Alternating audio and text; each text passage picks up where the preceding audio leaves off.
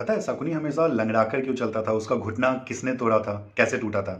तो एक कहानी सुनाता हूँ जो सदगुरु सुनाते हैं, उनको कोट कर रहा हूँ।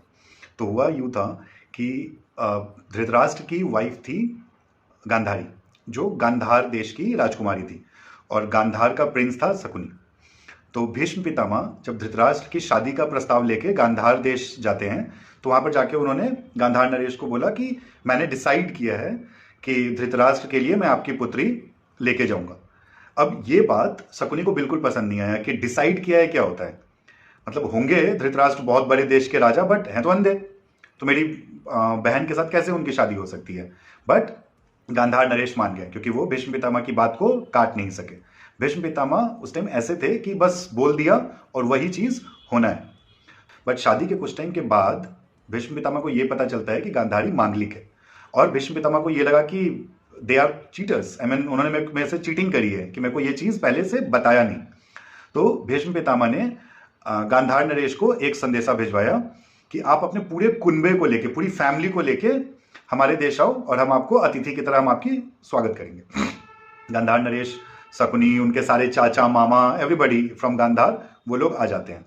और जैसे ही वो पहुंचते हैं, भीष्म पितामह ने सबको बंदी बनाकर जेल में डाल दिया और उनको रोज बस एक मुट्ठी चावल देते थे, एक मुट्ठी चावल सबके लिए, क्योंकि भीष्म पितामह बहुत डिसहार्टेड थे कि मेरे से इन्होंने झूठ बोला है, दे चीटेड ऑन मी।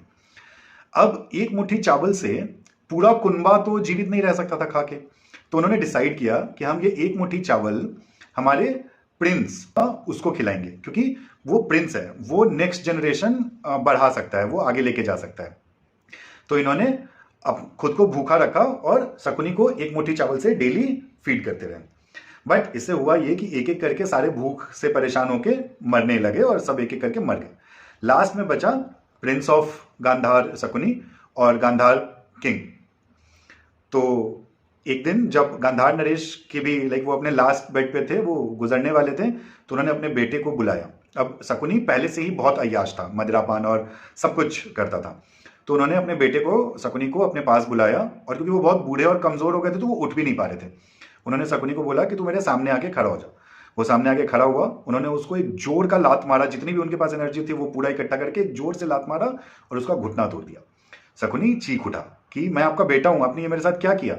तो उन्होंने बोला कि मेरे को पता है कि तू बहुत अय्यास है, तू यहां से जैसे ही निकलेगा, तू निकलते ही सब कुछ भूल जाएगा कि हमारे साथ और गांधार देश के साथ क्या हुआ है।